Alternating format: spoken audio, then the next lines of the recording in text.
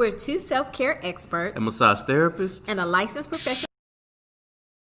We're two self-care experts, a massage therapist, and a licensed professional counselor, husband and wife and parents of 3, business owners and working professionals who have intimate experience with stress both professionally and personally. Our podcast aims to teach the everyday professional how to live through the stresses in life while learning to be their best in life.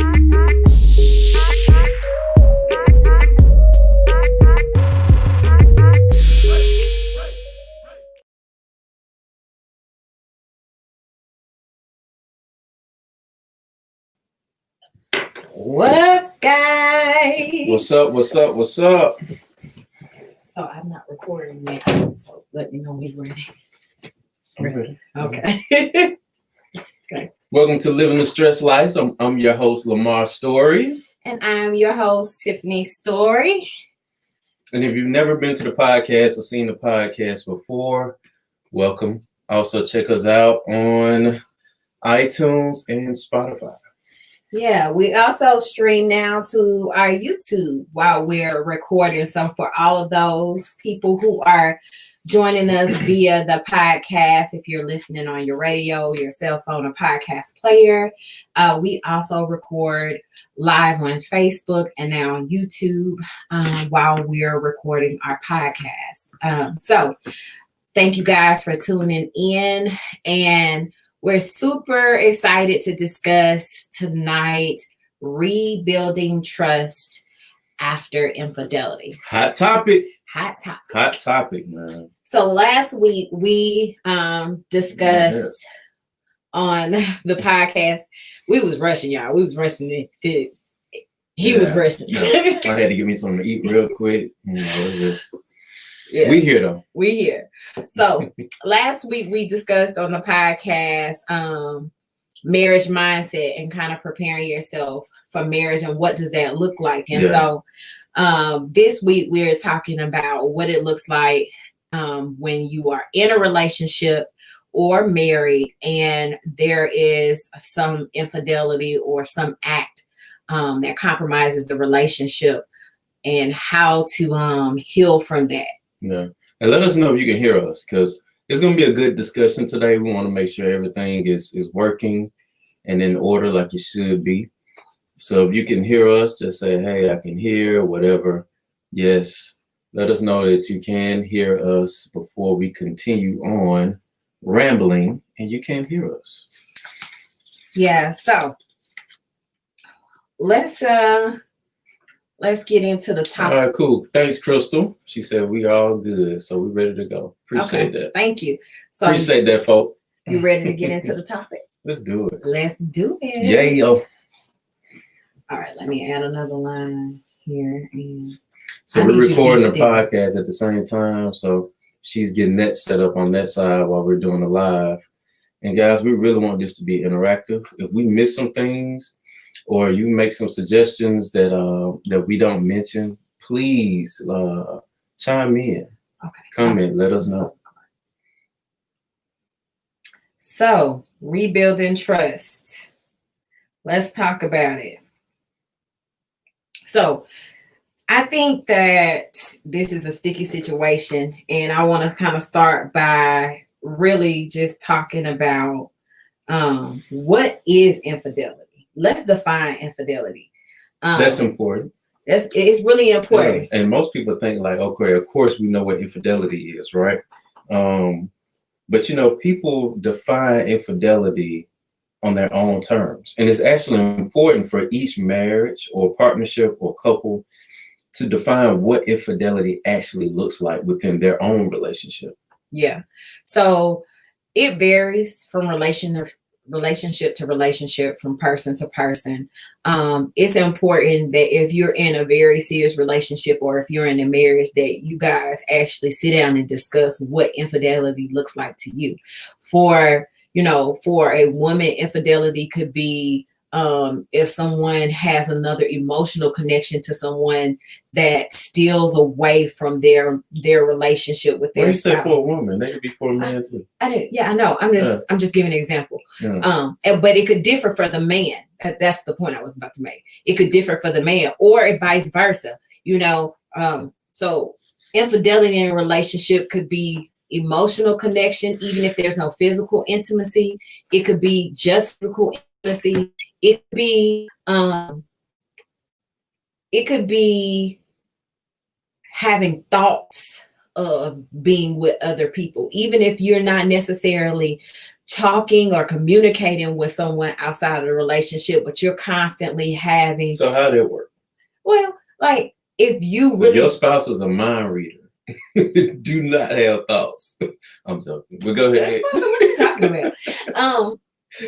No, like if you may not necessarily be communicating with someone else, Yeah. but there may be somebody you're attracted to, and when you're with your partner, you're fantasizing about that other person. Yeah. So even if you're not interacting and developing an emotional tie with them, in a conscious, that they're aware of, that the other person you're fantasizing is aware of, just the fact that you're fantasizing and desiring to be with someone other than your spouse could be infidelity. So and now with technology now, what about online dating? I mean, texting, or all through the social media apps. Yeah. Like all the dating apps and stuff like that. Or it could be just messaging someone back and forth. So you really have to define what infidelity is in your relationship. Because it could be like, hey, I see you talking to this dude on Messenger back and forth every day. Like, what's that about? Yeah. And it could be like, it seemed like a general conversation. But I learned something a long time ago. And we were talking about flirting, right? So flirting can be fun. And somebody made the statement, well, it's just flirting, harmless flirting. That's fun. And I think it was my pastor, but I'm not sure where I got this from. And they said flirting is like small sexual encounters. Well, actually, I think it was a harassment training that we did when I was at another job. But they said flirting is like small sexual encounters. That's deep. And you really don't understand. You be like, what? That's too intense. I just told her she looked good. But when you start telling her she looked good every day. And maybe it's the intent behind it too. And the energy behind it. So if somebody has on a beautiful outfit, oh man, that's really nice. But if you desire that person and you say, oh, wait, what, you look good. That's very different. Yeah. They say, oh, yes, you have a nice outfit. Yeah. But if I look at you like, you look good, that's different intention. That's like, okay, yeah, you look real good. I'm already undressing you with my eyes. You know what I mean? So those little flirtatious things that you do on a daily basis are small sexual encounters that can eventually lead, especially if the other person is accepting of all of that, right? Yeah. It eventually leads to deeper communication. It eventually leads to text messaging, which eventually leads to something that's even deeper. So now you're meeting somewhere. So you now automatically start talking, texting me. So it automatically leads to. I mean, not automatically, but it's a gradual increase. Yeah. You know what? Let's go to lunch. Home for lunch, on lunch break. We're gonna go get something to eat together. Mm-hmm. You know what I'm saying? So little things like that starts from flirting. Crystal says she believes that infidelity starts with communicating, and I that's my personal definition too. I think it's once you start engaging in communication, but it's the energy, like Lamar said, and the intent behind the communication, because you can have communication with a male or female counterpart at work, and it just be you really like talking to this person. Is no type of intent there. It's just like, hey, this is somebody I work with. We vibe, we get along. It makes the time pass quicker when we at work. Mm-hmm. I mean, it's no different than having a relationship or conversation with someone of the same sex or gender, right? Yeah. But when you start having conversations or dialogue with someone and you start noticing that you're excited, or you're changing the way that you dress, or you're changing you're just more your cologne because you're excited to meet this person the next day, or you just more intentional or more aware of your body posture or how you look or what you're saying or how you sound. Like when you start making changes to engage with that person, then it starts to teeter on you being unfaithful, even if it's just with your intent. And so, one telltale sign, I noticed this working in like big corporations, and when I used to work at the bank or any other places, is that other people notice. So like you might not notice, but somebody else will notice, and other people will notice and be like, "What y'all got going on?"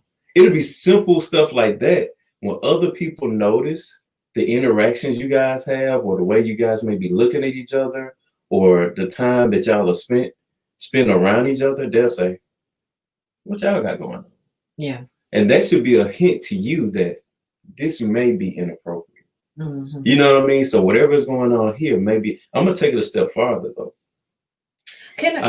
Oh, yes, ma'am. I'm sorry. Don't lose your train of thought. But can I say something about the point you just made? Mm-hmm.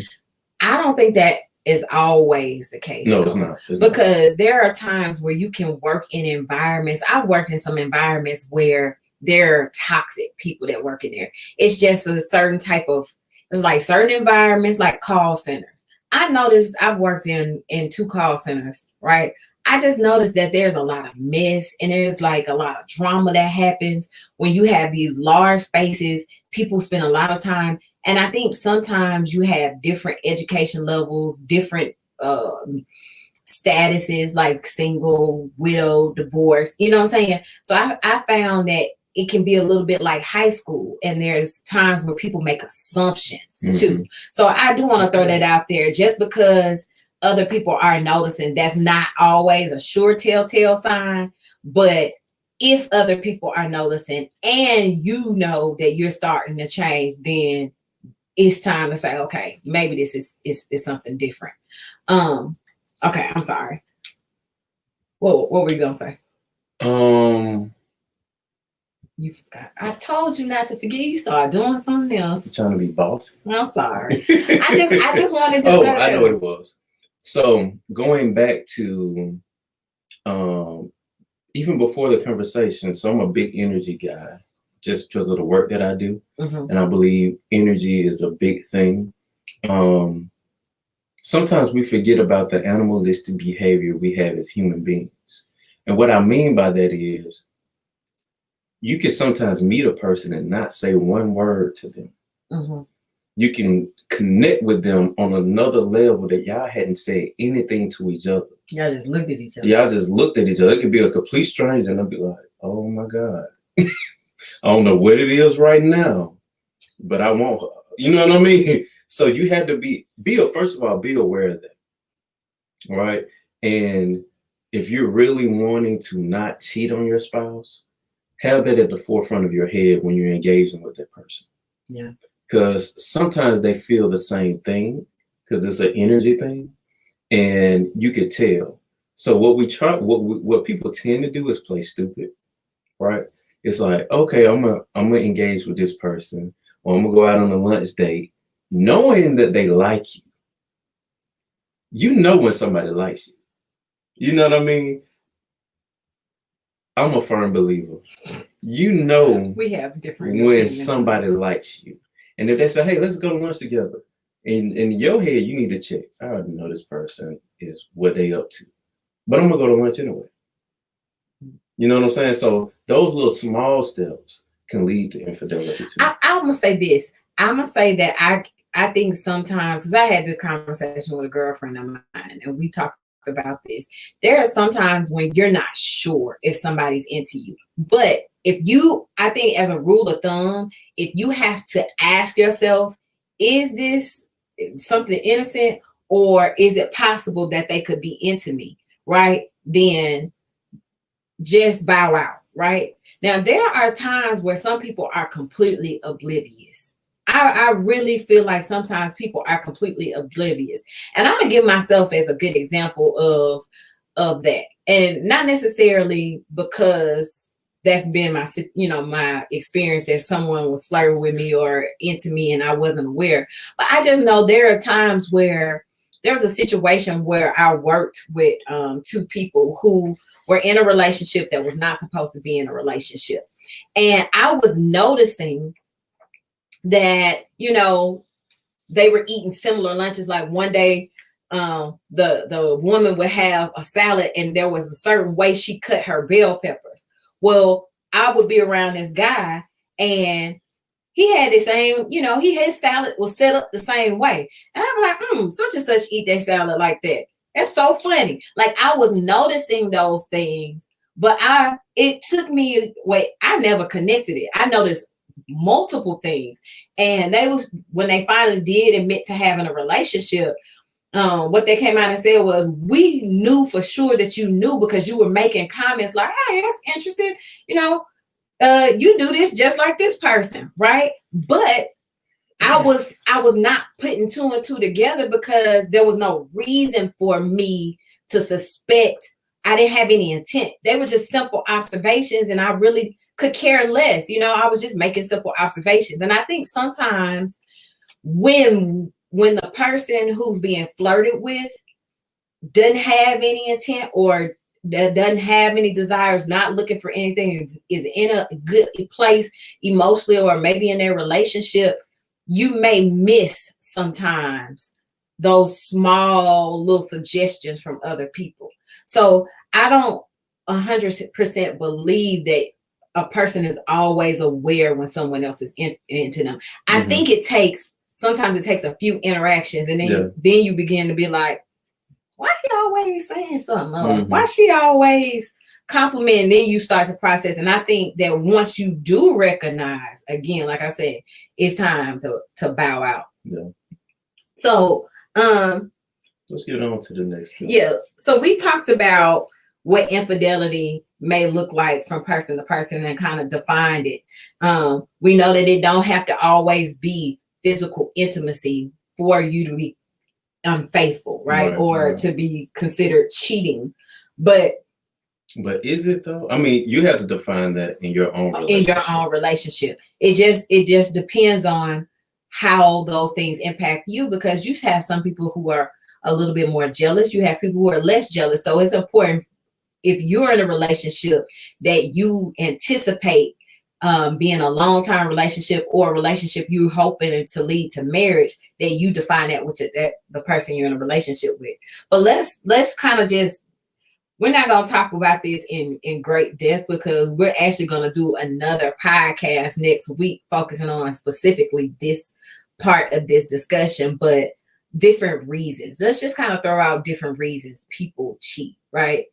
What do you think? What are some things that come to mind for you when you think about different reasons why people step out on their relationship? There's something missing, like a lack of affection in their relationship. One thing that I mentioned earlier, and I had a conversation with someone else about this, is the natural animalistic behavior that I believe human beings have. And if you don't have that under control, you'll cheat. You ever heard the expression that some people say, it just happened? And you're like, man, how did it just happen? Right? How did it just happen?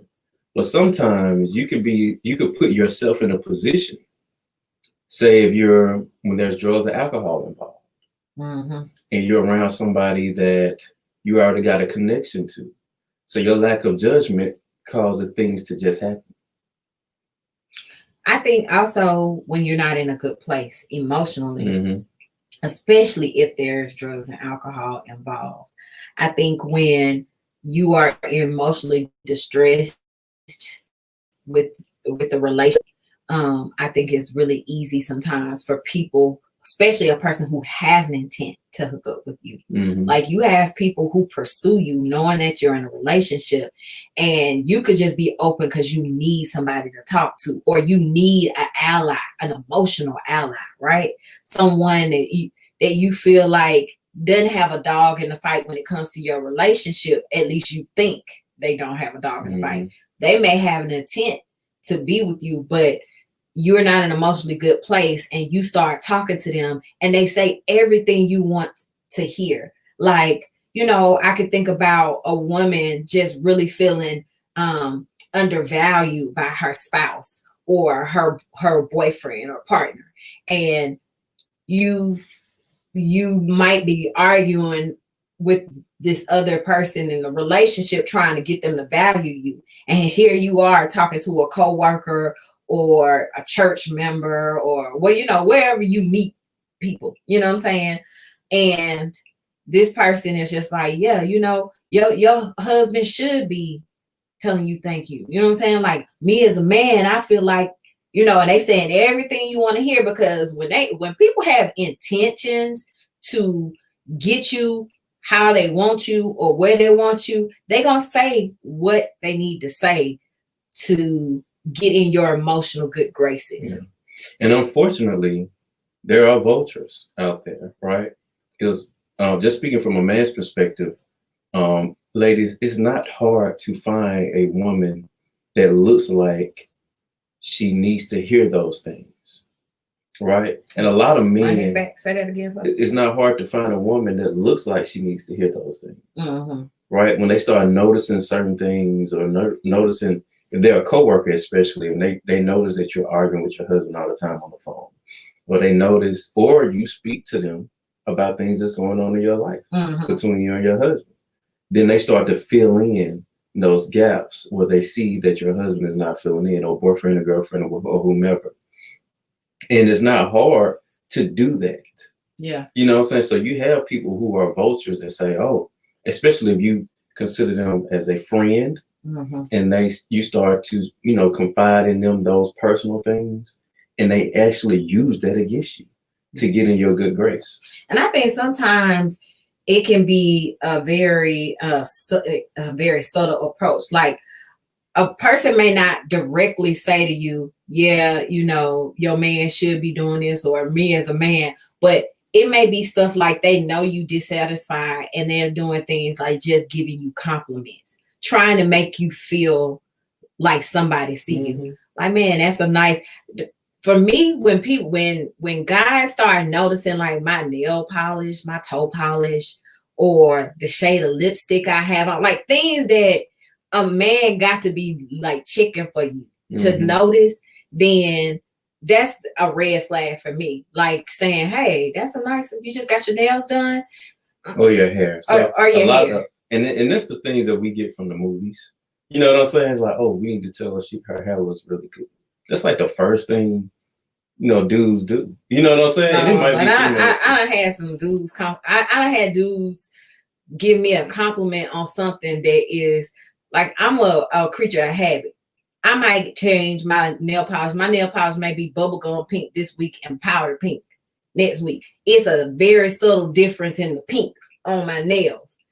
But when you notice something that minor, you know what I'm saying?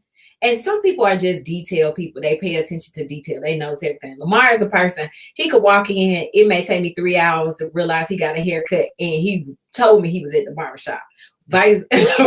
Whereas with me, vice versa, I don't, I could left and have on a new perfume or something like that, or I tried on some body spray, and he's going to notice. You know what I'm saying? He's just very aware. He's in tune. You know what I'm saying? So I think when you start getting compliments, or somebody's giving you little subtle, compliments like that, things that most people are not going to notice, even if it's just not that. Because it's intentional. It's intentional. To be honest with you, it's like some guys that can see that, but if dudes know what to say and what not to say. So if you have a married man that he noticed the same thing. Mm-hmm. He's not going to say anything. Mm-hmm. Reason being, he don't want to make you feel like he's coming on to you. Because we know, and if that is in the thoughts of a married man to say, I can think it. Her hair looks nice. She changed her polish. Mm-hmm. You know what I'm saying? But if I say that to you, then you may start looking at me in a certain way. Mm-hmm. So therefore, I don't say anything to you. And like some people, I noticed that if they've lost weight, or something like that, and they just looking physically good, I may not say anything. Mm-hmm. Right? And it's just like, I'll notice, but I may not say anything, especially if I think that that they might have some type of affection towards me. Yeah. I think so we're talking about other reasons why people cheat. getting back to that, I think sometimes when there is a lack of intimacy, like I think about if someone has like physical health issues or mental health issues, like I think sometimes people that, like Lamar said, they don't intend to always cheat, right? But like if you have a spouse that's like dealing with cancer or dealing with some type of sickness, right? And they can't be physically intimate like that, or they can't even attend to your needs. It don't even have to be that they're not even being physically intimate. They can't even just attend to your needs, or they can't contribute to the relationship. Sometimes people don't realize they have that void, right? Until somebody comes in and fills that void, even if the somebody that comes in, it wasn't intentional. Like the person that you work with or a close friend that you might have known for a long time that you always thought was attractive, but you weren't really attracted to them. All of a sudden, they just start checking on you like, I noticed your wife is sick. How's your wife doing? They call in and their intent is good. Like their intent is, I really like this couple, or I really like, I really want to make sure this guy feels supported while his wife is going through this hard time, or vice versa, right? It can be something that starts off with the best intentions, but if that person who's in a relationship has a spouse who can't meet their physical needs, or who combating or dealing with something like a physical disability or a mental disability, they could be depriving them of something that they need to feel whole.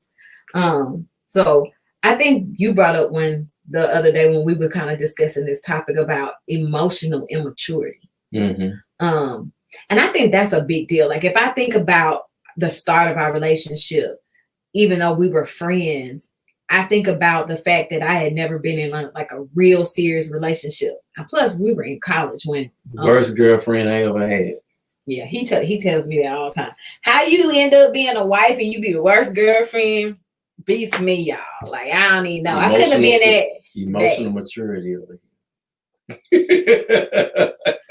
He had a handicap. He had some emotional handicaps. Okay, but I think that's a big one, because I think a lot of times we end up making decisions or doing things in a relationship because we're not emotionally mature. And sometimes we don't even know that we're not emotionally mature. Like we think like you thought she was emotionally mature. You know what I'm saying? And I felt like I was emotionally mature. I really did. I knew, stop shaking your head. I knew that I have never been a big relationship person. That was never a focus for me. Like I always focused on figuring my own life out, just focusing on living life and having fun. But sometimes, you find yourself in a relationship, in a serious relationship, and have a real strong connection, and you go into the relationship thinking that you're in a place to handle it, and you're not. And I think that that's one of the reasons why people cheat. Let me tell you, I'm gonna give one of the final reasons before we get into rebuilding trust is that, and I think we kind of discount this, and I think me and you differ on this, but I think some people cheat just because they want to. Like, you say you think we differ on that? Oh, we had this conversation a while back. Okay. But I think some people cheat just because they want to. Things you can be happily married and you cheat just because you want to. You see somebody that looks attractive and you want that person. Oh, I don't remember our conversation. So you don't agree with that? I think that there has to be something else there. I mean, I think if you're in a relationship and you're happy and that person is meeting your needs emotionally, they're meeting your needs sexually and physically, and on a mental level, just because you see somebody that look good, you be like, I'm gonna sleep with them just because I can. Like, I just don't see anybody being in a emotionally healthy relationship who's not dealing with emotional immaturity or one of those other reasons we named, just saying, I'm gonna sleep with you just because I can get away with it and because I want to. Like, you got to be lacking in another area. You believe so? I don't know. Y'all tell me, because let us know. We want y'all to weigh in on that, because I personally believe that if you see someone and you guys are mutually attracted to each other, and you was like, you wanted to go down, they wanted to go down. I can see that They happening go in an down. open relationship. No, I mean, even in, you're not supposed to have an open relationship. You think it has to be something missing from your relationship for somebody to go outside of it to cheat. I'm like, my mind can't even compute that. Like, I'm really trying to process that. I mean, You think you have to be lacking something in your personal relationship? yes, because if you are emotionally mature, Lamar, what reason would you have to, especially if you're married? Mm-hmm. That's a big thing. Say you've been married 4 years and you see somebody and you be like, I'm gonna sleep with that dude because I And see, want it to. goes back to that animalistic behavior. And you might be right. It may be that you're immature in some area of your life, but then you have to define what maturity is. Because maturity could be that I'm a grown man and she a grown woman, and we decided that we finna have sex together because this energy right here, that we can't control this energy. And we know that the sex is gonna be good, so we want to have sex with each other. And I think that's how a lot of one night stands happen. When you see a one night stand, it's like it was some chemistry there, that something happened that set it off. In the back of their head, they probably were like, man, I shouldn't be doing this. Man, I shouldn't be doing this. Man, I shouldn't be doing this. While the whole time they doing it. Because this person is very attractive. The chemistry is there. I don't know what it is about this woman, but she is making me feel good. I'm making her feel good. And boom, it happens. And you may not ever speak with them again. Yeah, I don't know about that one. But I mean, I don't know. I don't know. Now, I know you can step out on your mind. I think that's the anatomy of one night stands. I believe that's how one night stands happen. You meet somebody, boom. It might be other things involved at the club, alcohol, whatever. But then that chemistry mixes up. And still then, other things, baby. Well, the point I'm getting to is that you have to have the willpower to go against those natural animal instincts that we have. And what does it take to have willpower? Emotional maturity. I guess you're right. Lord. But let's see what Brandy said. Brandy said that she doesn't think something has to be missing for people to cheat. Some people just cheat because that's what they want to do, and they don't believe that there is a real possibility of being caught. The moral compass is not the same for all in a relationship. See, and this is what I was talking about. I mean, Brandy, y'all may be right. I'm not saying that that is not possible. I'm just saying my mind can't process that. Mm-hmm. You know what I'm saying? I feel like if you are emotionally mature, there has to be alcohol or something involved. There has to be something else. Now, I know that you can cheat in your mind. And if you let the pastor tell you cheating in your mind is just like doing a deed. You know what I'm saying? I know that there can be times where you see somebody, there is some type of pheromone exchange, and in your mind, you've already committed the act. You see yourself doing it. You feel the sensations in your body. Like I know what that's like. And see, then again, on another note, before we move on, thoughts ebb and flow. Sometimes you can't even control a thought that comes through your head. Yeah, I agree with that. You know what I mean? So let the thought come through and pass it on. So sometimes, I don't necessarily agree. I don't necessarily agree that. I don't know. I'm sorry. I don't necessarily agree that if you think about having sex with somebody that you cheated, you know what I'm saying? Because sometimes it's just like a passing thought that goes through your head. But she just said, and yes, Brandy said, and yes, to have that. Yes, to have she basically is trying to say you have to have emotional maturity to choose differently. But see, that just validates the point I'm making now. But it depends on how you define that. Now we can go back and forth on this. And we're going to discuss this next week. Because you have to define what maturity is. Maturity might be, I knew the situation I was getting into. That's true. Yeah, I love my wife at home. I love my kids at home. But at the moment and at the time, this is what I desire. And you know what? I've made some decisions in my past life, as a young adult, just coming up, knowing that there were going to be bad consequences. And I made those with being aware of the bad consequences. I mean, even if it's something like, people drink and drive, like you're aware that you're not supposed to do that. You know what I'm saying? And people will go out with it, That's a perfect example. Yeah. You can be mature enough to know that's not what you're supposed to do. And still do it. But you still do it. Yeah. And so I think that she said we're both correct. Yeah, I think we are all correct in this situation. Like I said, I don't think that that may not be the case for some people. I mean, and some people may just be addicted to the rush of it. Like that's another thing. They like how it thrill feels. Seeking. I think that's one of the ones that we didn't mention, is that why people cheat is because they're looking for the next thrill. Yeah. Their life has gotten boring. I hear this a lot.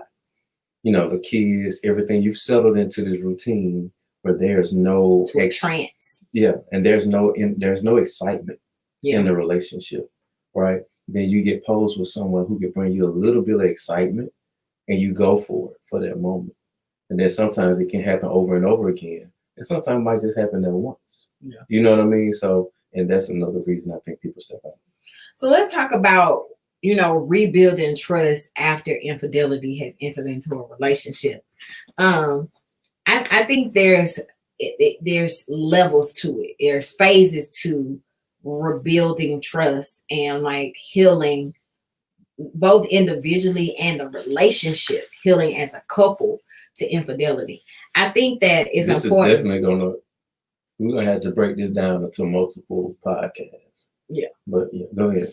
I think that the first thing to really do is when something happens and there's this discovery that someone has stepped out in the marriage or has stepped out in the relationship or partnership, is to avoid making any big decision.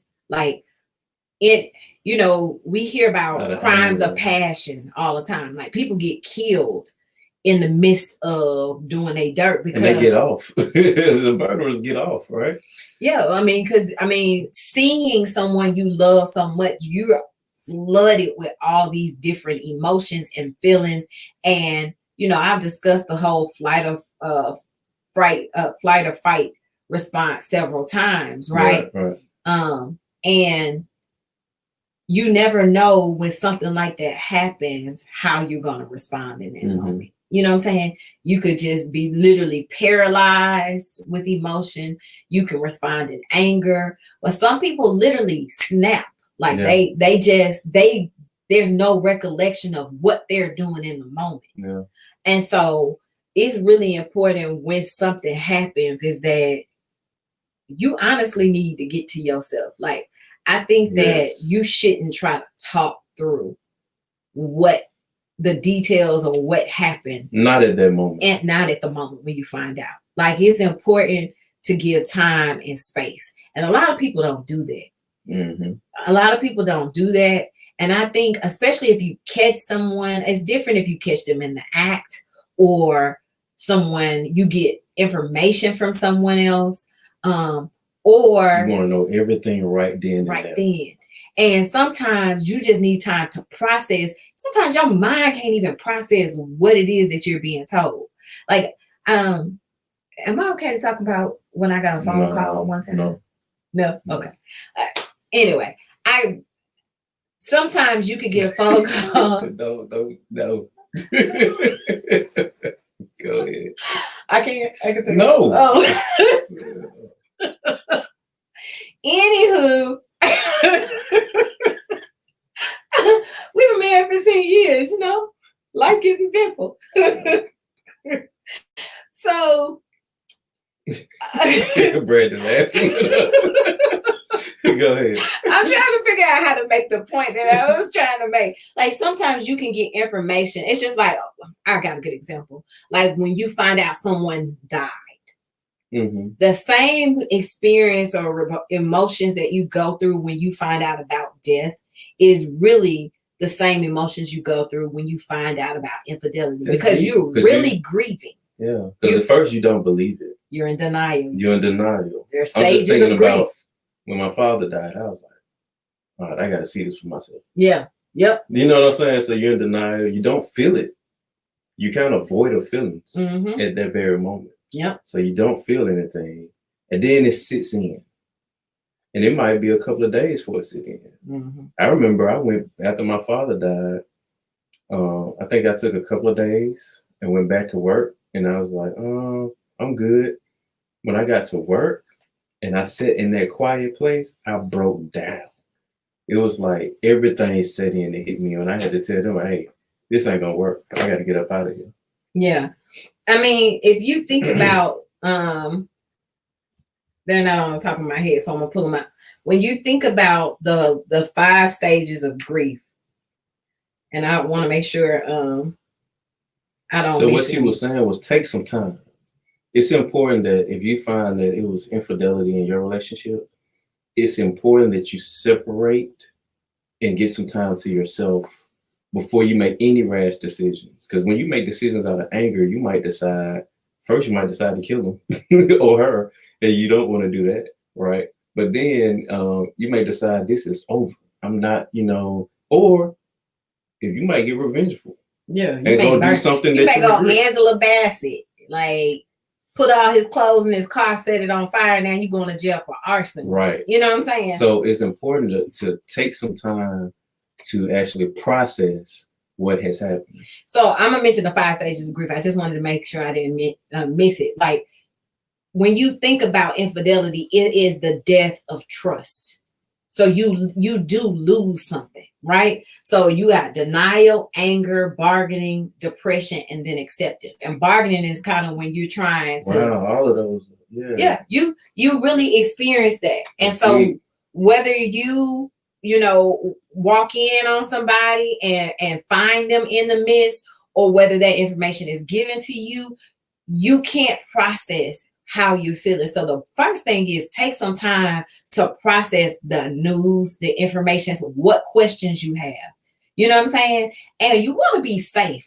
That's the biggest thing. You want to be able to have a safe conversation. Now, I have, I have a difference of opinion when it comes to about how much information you should ask.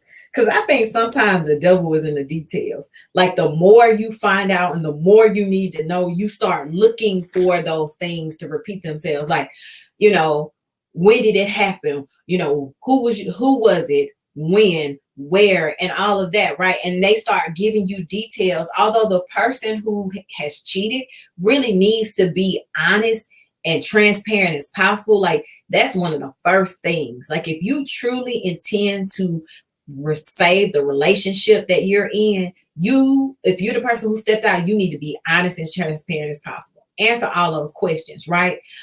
But the person who's been hurt and who's been cheated on or stepped out on, you really got to ask yourself, when you take that time to process what's happened, how much do you want to know? Right? Yeah. Because do I have permission to? No. I was just kidding. But no, I'm gonna agree with you on to one extent. I think there's phases to it. You're so kidding. Yeah, I'm petty. I think there's phases to it. I think in the initial phases, you may need to take that time before you start asking too many questions, right? But then as time goes on, when you're talking about rebuilding trust, ask what you want to ask. Because right then at that point in time, like you said, infidelity is death to trust. There's no more trust right now. You have to work on gaining that trust back. In order to gain that trust back, I need to know everything.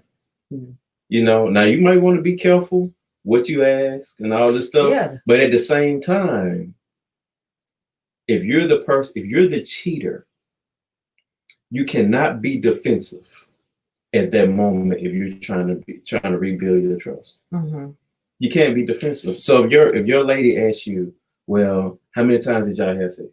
Where y'all had sex at? When did you plan this? When did you do this? I can't be like, look, you asking me too many questions, man. You know what I'm saying? If you're trying to rebuild trust, that's the quickest way to keep trust dead, because they'll never trust you again. You have to be completely open and honest. So honesty leads back to intimacy, right? So you have to be honest and to lead back into an intimate conversation if you're trying to get back in with your spouse, your partner, whatever. It leads to vulnerability too, more vulnerability. That intimacy is what helps rebuild trust. So if you can't do that, you're not going to rebuild trust. I think when I say questions, though, I think sometimes I don't know how men are, what kind of questions come up in their head, but I know that I've talked to people before who have dealt with infidelity in a very serious relationship, like an engagement or whatever. And I know they ask, they ask questions like, what was it about her that attracted you to her? That's a dangerous question.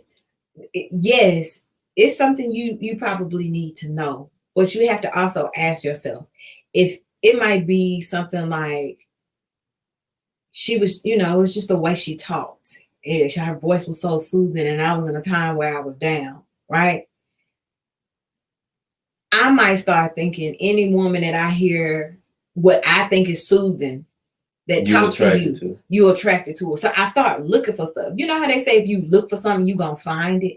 I think sometimes when people haven't had time to process through the hurt and the pain, and which is one of the stages, of healing, they start, this woman standing to you, they got their hand on your shoulder.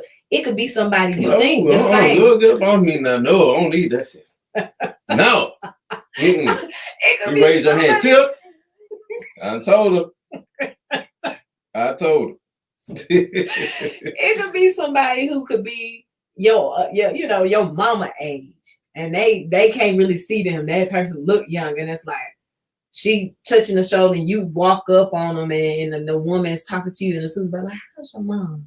And it's like, you know what I'm saying? Yeah. Also, this is the kind of soothing voice he attracted to. But on the other hand, if you witness that, and I was the cheater, and you came up behind me and said, hey, what did she want? Mm-hmm. I'm like, look, she touched me on my shoulder. She asked me how's my mom. I can't be like, girl, you tripping. Yeah. I can't do that. Yeah. Because right now you're in a rebuilding phase. And a lot of us be like, girl, you tripping. I ain't trying to, come on now. You finna approach me by every girl that comes to me and speak to me? And if she does approach you by every girl that comes speak to you, if you want to be with that woman, you answer her question. But how far is too far? I don't know if it is or too far, to be honest. No. I think it's about rebuilding trust. If you're trying to rebuild that trust, I can't tell you what you can ask me and what you can't ask me. If I'm the cheater. Yeah. If you say, hey, so it's all about these are some steps to rebuilding trust. You have to have accountability procedures, right? So for instance, I'm going to kick it with my homeboys.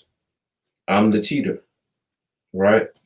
I'm going to tell my wife, hey, I'm about to go holler at my homeboy, Black Jesus, and we finna go to the pool hall, right? And then she'd be like, okay. So, hey, we got the Find My iPhone Connect thing. You can see where I'm at. Mm-hmm. Some people are like, oh, that's too far. Why you gotta do all that? If I cheated, it's not too far.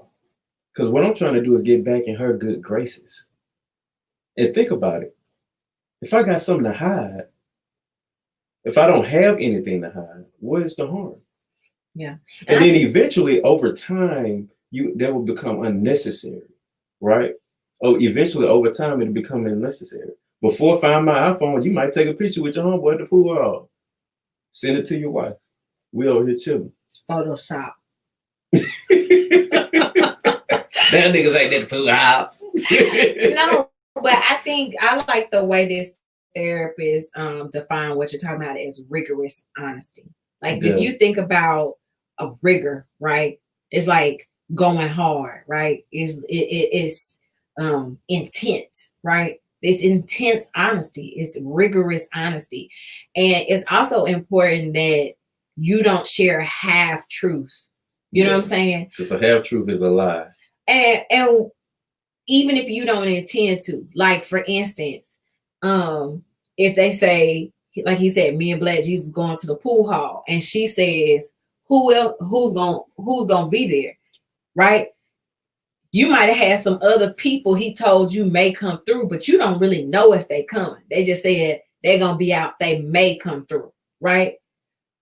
You got a lot of people who be like, I'm not gonna go down a list of who all might be there because I don't even know who's gonna be there. Yeah. Or you could say, well, That's the half truth. that's the half truth. Mhm. You know, if you got information that other people could be there, because it could be another dude that's showing up. It doesn't matter that it's another friend, but that friend may have a history of cheating.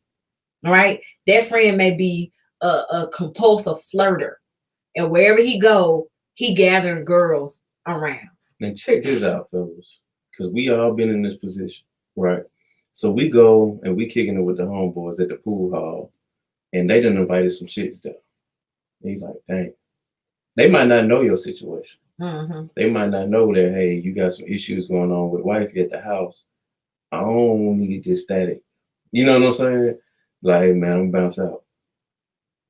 You know what I'm saying? I mean, it is what it is. You know what I'm saying? To make your wife feel comfortable, you can either say, look, Or girlfriend. yeah, or you can be like, look, we at the pool hall, I'm chilling. You know, my homeboy Black done invited some girls over, and you know, Black gonna be mad at you by using his name, you know. oh, let me not use Black then, because Black don't do that. I'm just saying, Black don't do that. But I was just using him because that's my boy. But for all the people don't know him. but in any situation like that, that's when you have that rigorous honesty, because the last thing you want, you done sent this picture of you and Black at the pool hall, or you and your homeboy at the pool hall, and he posted different. And no, not him, but some hater that's out there. You were like, yeah, I seen your husband them at the pool hall, man, with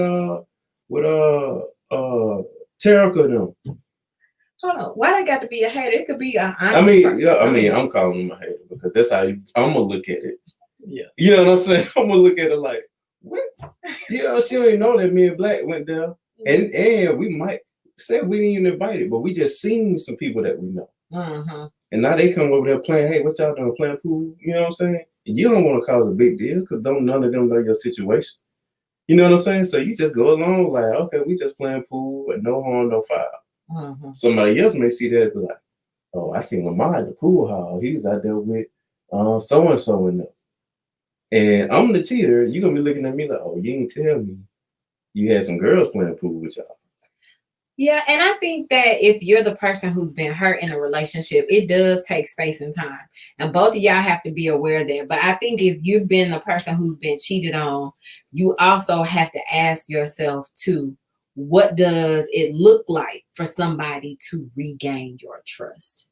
Because if you see that that person is attempting to be honest, they're doing this whole rigorous honesty, like using the same example you gave, you at the pool hall with your guys, somebody y'all know comes to the pool hall and they come over and talk and say, hey, can y'all mind if we join you? You know what I'm saying? Like you said, your friend might be late, yeah, because he don't know your situation. You might be over there like, how do I get out of this, right? Yeah. But if you go and say, listen, you know, I'm just letting you know, heads up, me and this person, me and my homeboy was playing pool, and these people that we knew from high school or knew back from here came in. I just want you to know, right? Yeah.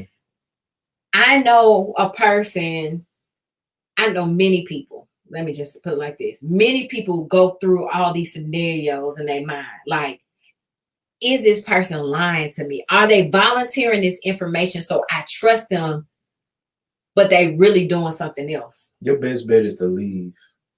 Your best bet is to leave. If you are the cheater and that happens, first of all, if that's your homeboy, you might well go ahead and tell him, look, man, look, this is what's going down. It's just gonna be me and you, we kicking it. But if that happens, your best bet is to leave and be like, I'm sorry, ladies, hey, me and him having a serious conversation. Well, what if he the messy homeboy? Because we all know it's some of those. That's okay. So we're talking about steps to rebuilding trust, right? So you need to have accountability partners that you can rely on. You need to have friends that's going to actually be there and say, bruh, this ain't a good situation for you. So, or even if they kicking it, they might be single. You know what I'm saying? Or whatever. If they kicking it, And then be like, hey man, what y'all doing, man? We over here watching the game.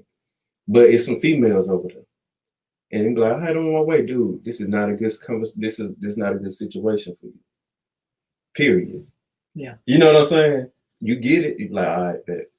So the moral of that story is don't be hanging out with your shady homeboy if you know he the one who don't care about your situation or your homegirl. Like, especially you have people that you can have friends that don't like your significant other or don't like the person you're dating. And so they don't care that you are emotionally invested in a relationship. You have friends like that. And you can have friends that you've been friends with for a long time. Like y'all got history, y'all love each other, but they may not value the person. They may feel like you too good for that person or that person is too good for you. You know what I'm saying? It could be the other way. But if they don't value your relationship, then you don't want to be hanging out with those people if you're in the process of trying to rebuild trust, because they're going to be the very person that does something that undermines the rebuilding process. So it's important to realize that you have to have people who are emotionally mature and emotionally supportive. If you're going to rebuild trust, you need those people, because you also need those people to be a sounding board for you to say, this is how I'm feeling. He just told me him and his homeboy was at the pool hall and these girls that they knew came and played pool. Am I tripping? Because I really think he just telling me that so it make it seem like he wasn't up to nothing, but that was probably some chick he been talking to on the side, right? You got to have a friend that in your corner that be like, does that sound like him? Like, let's go back. That's not automatically negative. You got to have that friend that's not like, girl, nah, let's go down there right now and be dead. You know what I'm saying? Yeah. Let's pull up. Yeah. You know, so that's important. Find a friend, not just a friend that can be supportive, but a friend that's emotionally mature, who can be a sounding board. Go to counseling. Yes. Do the work. So you can't be lazy when you're trying to get back in with your wife or your spouse or girlfriend, boyfriend, or whatever. You can't be lazy, meaning that you need to show them that you're being honest by doing the work, by working on yourself. It was a reason you cheated, or maybe it wasn't a reason you cheated, but you wanted to go get counseling. There's always a reason, whether it's a deep reason or not. It's a reason. So you want to go get counseling. You want to read self-help books. Listen to podcasts, go to church. You want to do all the things that you need to do to show that your behavior is changing. Oh, shoot. I was about to say something. I was going to say, even if you're a person who didn't believe in counseling or still don't believe in counseling, if the person that you have hurt says that they feel like that's something that they need to be able to get to a place where the relationship is healed, or they're healed in that relationship and reestablishing trust, do it. Because the reality is that if you don't take the necessary steps to meet them halfway, what you're saying to them is that you essentially don't care to rebuild the relationship. But I also want to point out too, we talking about a single situation, right? Or I won't even say a single situation. It may have been a series of steps that led to physical intimacy or like sexual intimacy outside the relationship. And we're also not talking about the other side, like the person who have been cheated on. Yeah, well, I'm about to talk about that side. Because what I was about to say is it's important to, hey pal, it's important to What's up, Step? Recognize too, like if someone is doing it repeatedly, you have to ask yourself, is it worth the trouble of going through this process to try to rebuild and heal? Like a person can be unfaithful if your definition of infidelity is having an emotional connection to someone, right? Like that person has to demonstrate that they desire to not make that mistake again. Cutting off contact with the person that they, it's like repenting. Yeah. But if that person continues to engage, like there's sometimes where you can't avoid, like if it's a coworker that you cheated with, that person cheated with, or you might have cheated with, you sometimes can't avoid working with them. But if you need to get another job, do it. I think that's can be hard though. That's easier said than done, because like say if you've been with a company for 15 years and you can retire after 20, or some companies based on how long you've been with them, you can retire. Are you really gonna get another job when you close to retirement, a few years away from retirement? I think what it depends on how deep the situation is.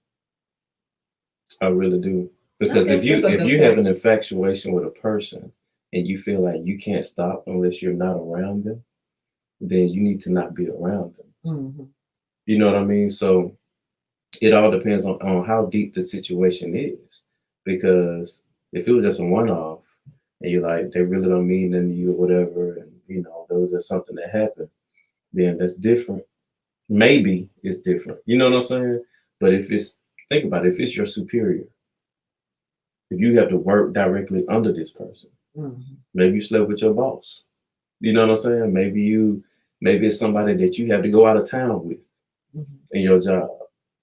You know what I'm saying? If that's going to wreak havoc in your marriage, in your relationship, then you got to make a serious decision. Yeah, but you also have to be careful. What if you own a business, right? What if you slept with somebody that worked for you? You can't fire people after having sex with them.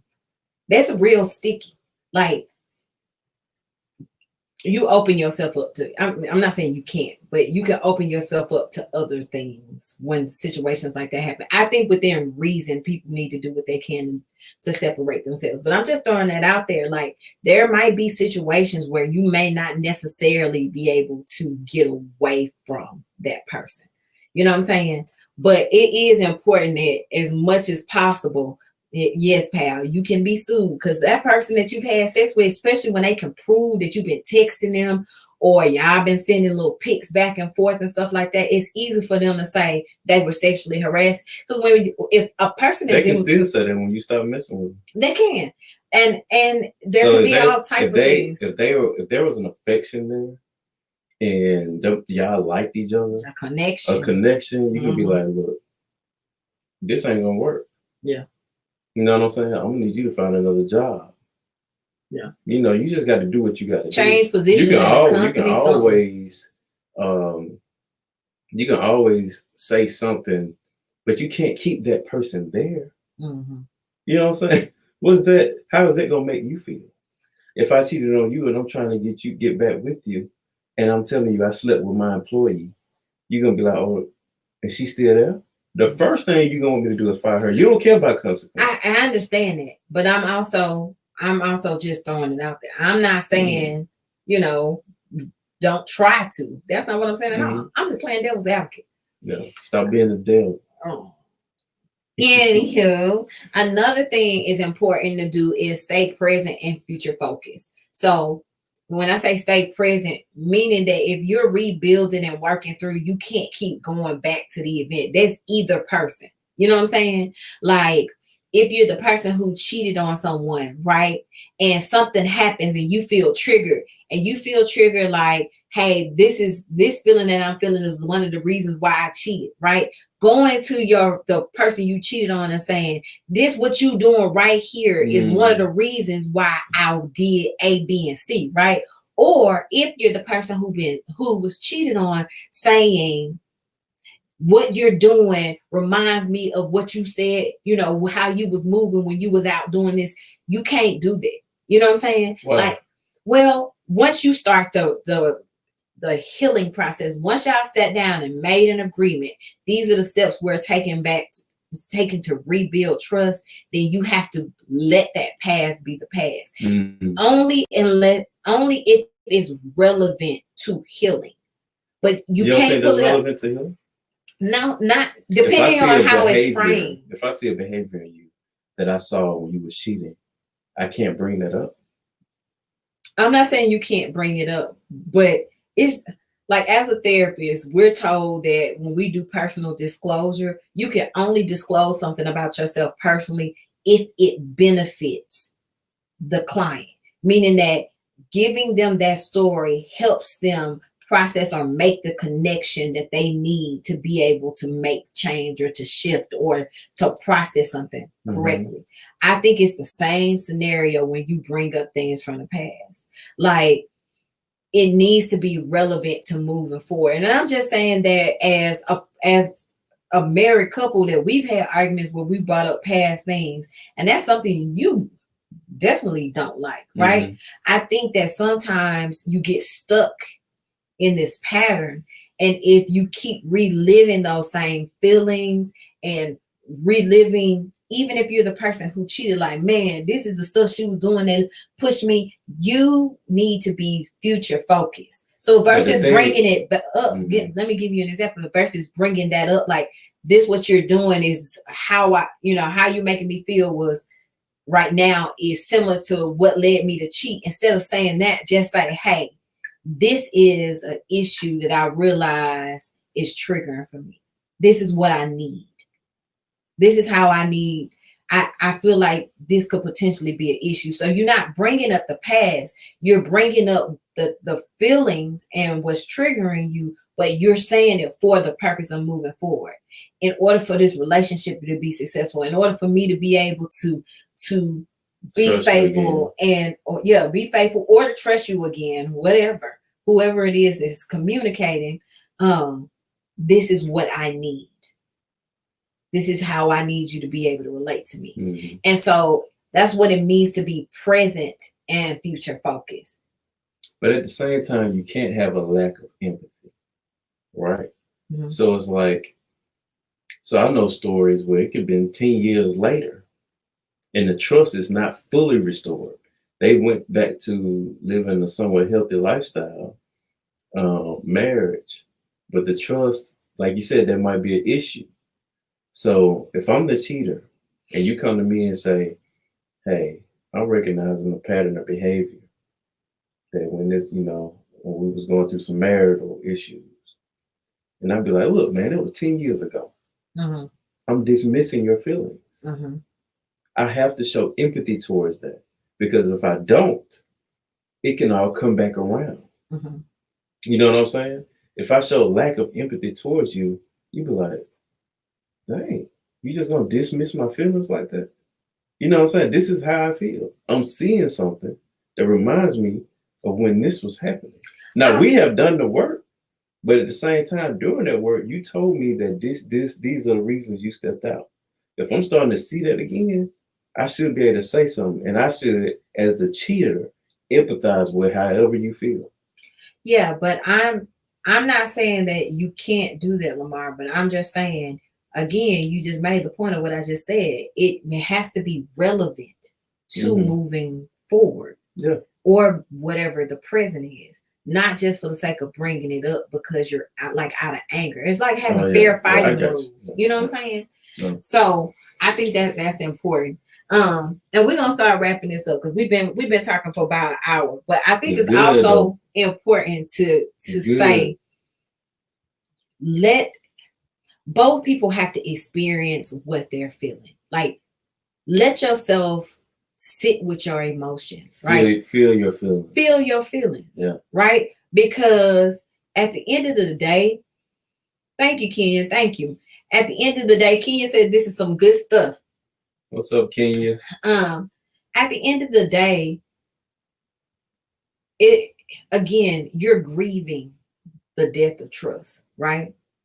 It's a loss. It's something that has been taken away from you. Yeah. And there are going to be times where you have feelings, and sometimes those feelings can creep up. Like, I'll give you an example. You could be watching a movie, and there could be a scene in a movie where someone steps out in a relationship. I remember that movie. Oh, like watch. It's a movie I can't watch to this day. Oh, go ahead. Okay. My bad. Go ahead. You want to say? No. Okay. So, you could be watching a movie and there's a particular scene in the movie that triggers emotions for you.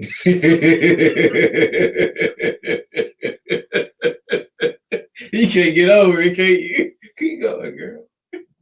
Go ahead. I'm just You gotta know who we're talking about. You know. Yeah. Yeah.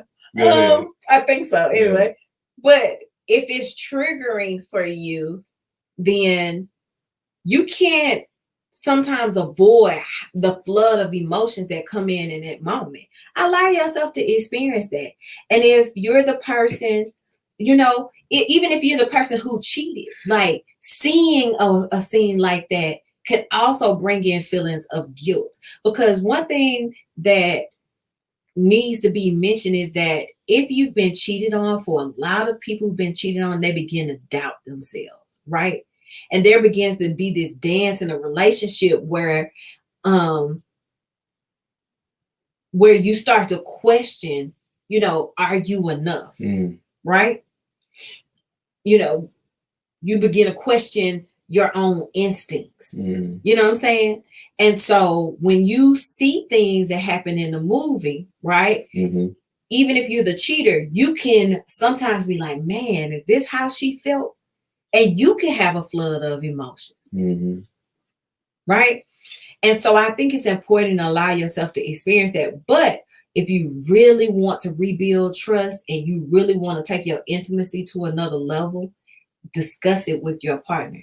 You know, like if your partner, you can see that your partner is having a moment or in their emotions. If you're the person that hurt them, ask them, hey, what are you experiencing right now? Do you want to talk about it? I would love to be able to hear how you feeling right now, right?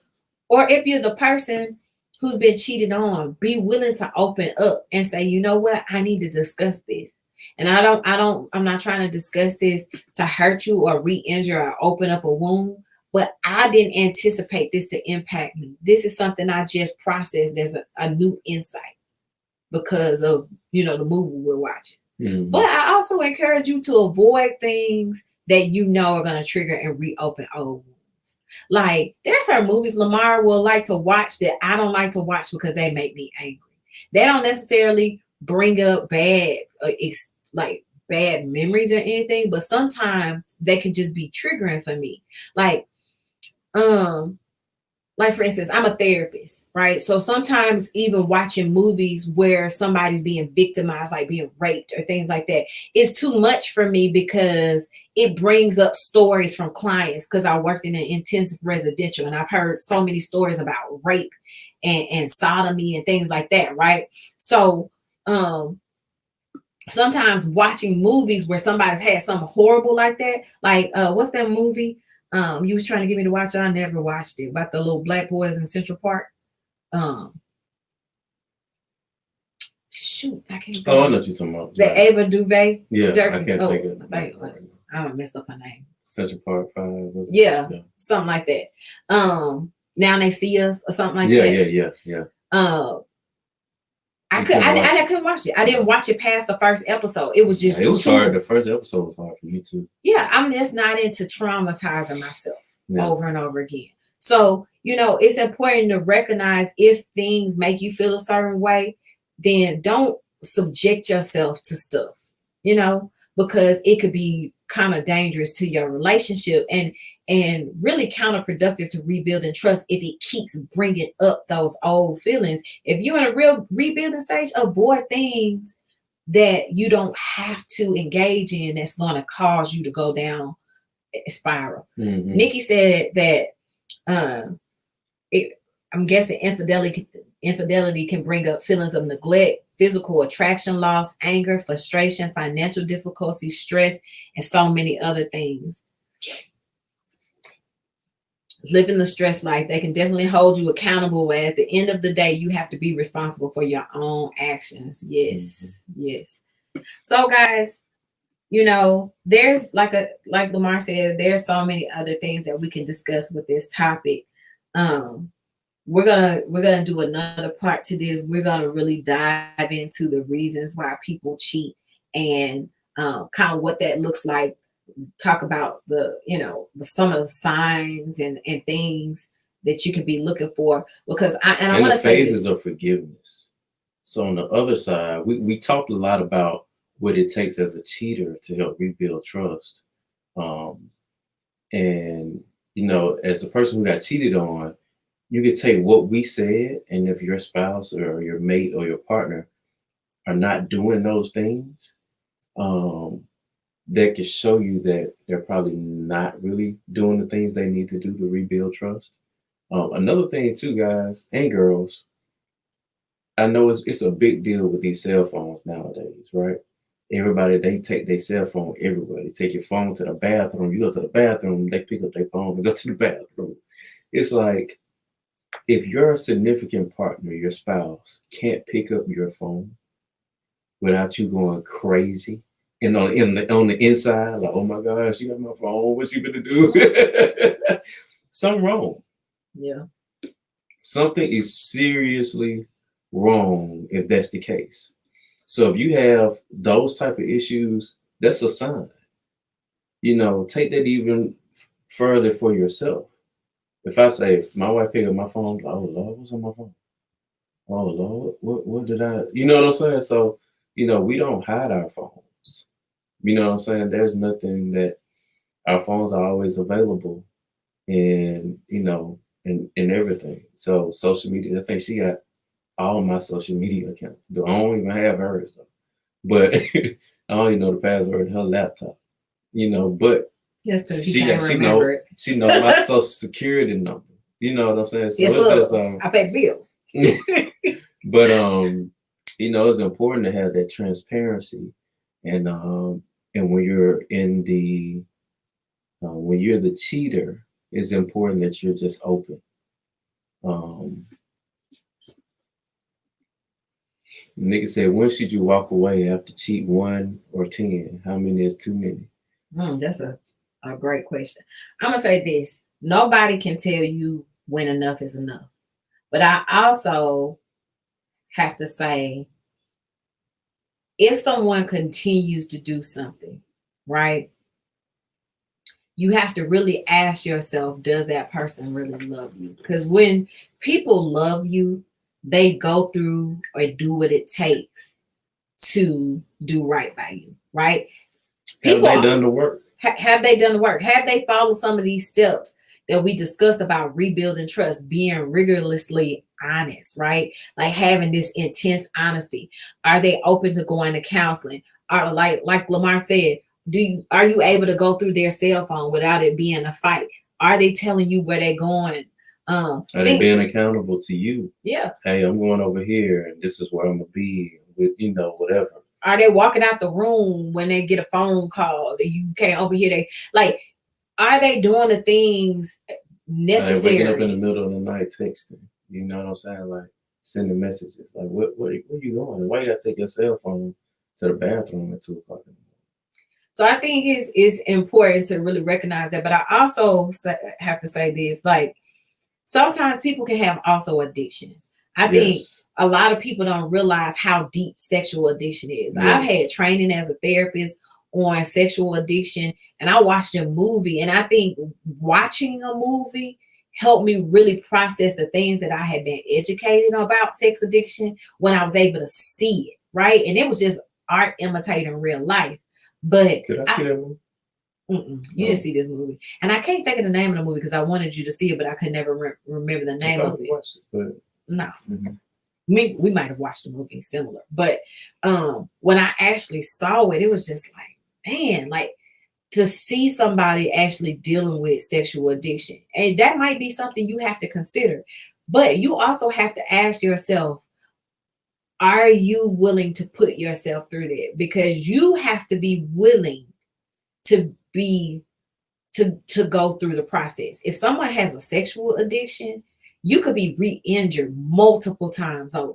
So, not only that, but a host of other things. Yeah, and you subjected to a whole lot of diseases and all kind of stuff. Babies outside of, like, you have to ask yourself, do I love this person enough to want to go through this? And am I built to be able to go through this? Do I have a desire to even put myself through that? And then I'm gonna throw out something else, and it's very unorthodox in thinking, but everybody has to define a relationship for themselves, right? I learned this in marriage and family therapy.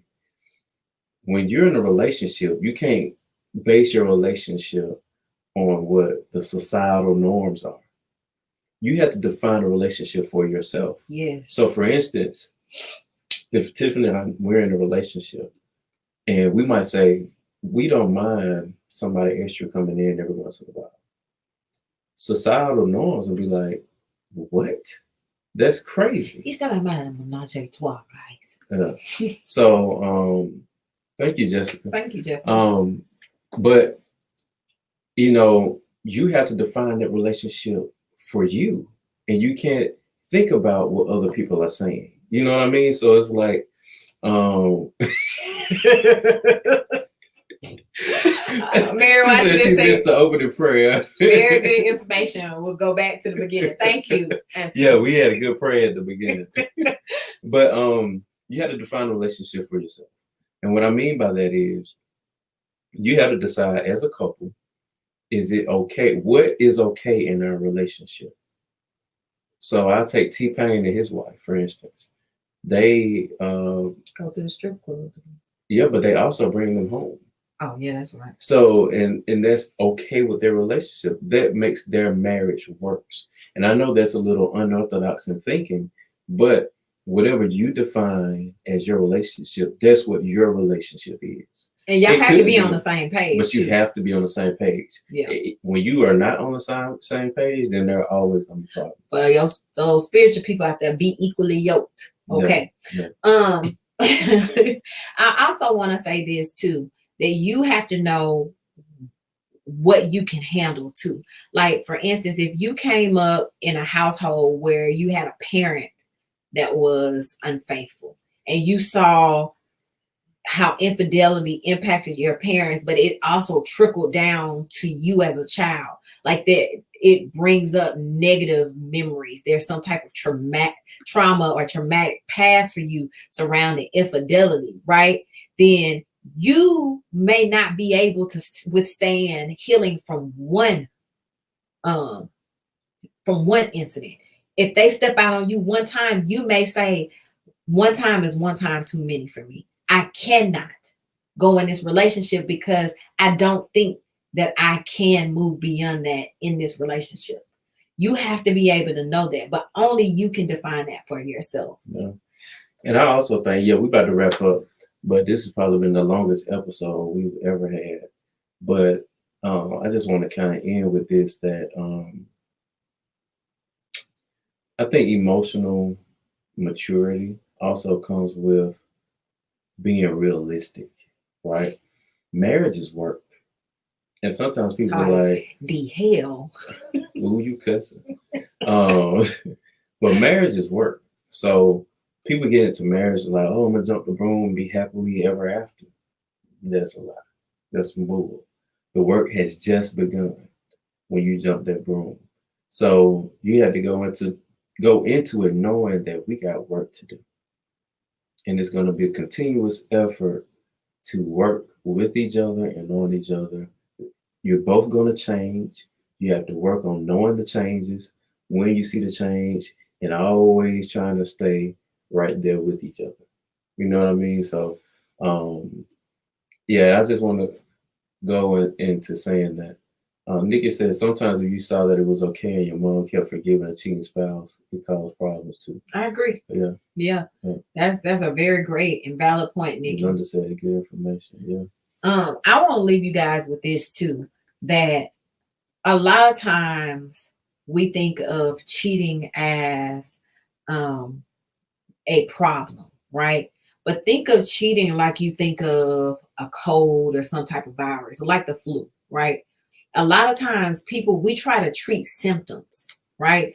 We got a cough, we got a headache. We treat the symptom. We want the cough to go away. We want the headache to go away.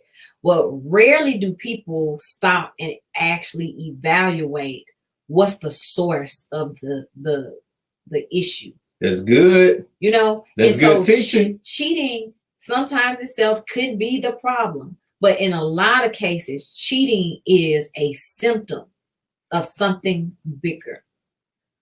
And I'm read Jessica's comment. She says, I agree, relationships are tough. My deal breakers are pretty firm. Society norms don't complement my expectations. Vulnerability, self-control, fostering a trusting environment are key for me, but they all seem so far-fetched these days. Yeah, it's I think it is hard. Hello, Kiara. She said happy Sunday. I think it's really hard, but you know, you have to set the standard for what works for you. Nobody can set the standard for what love looks like for you. Right. But when you set that standard Relationship. or a relationship, yeah. When you set that standard though, you also need to be able to communicate that to a partner, because the person that is entering into a relationship with you has to know what you need and require to feel loved. So relationship is a very reciprocal relationship. Ooh. So guys, we so appreciate you guys tuning in.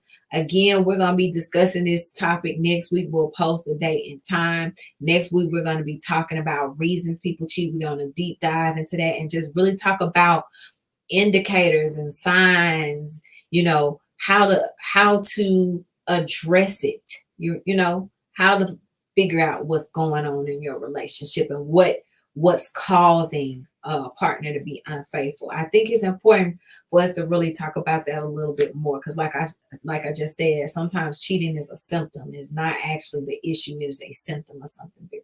Yeah. But that's it for us, guys. Man, it was a great discussion. Great discussion. Until next time, live your best life. Living through your stress life. Holla. Peace.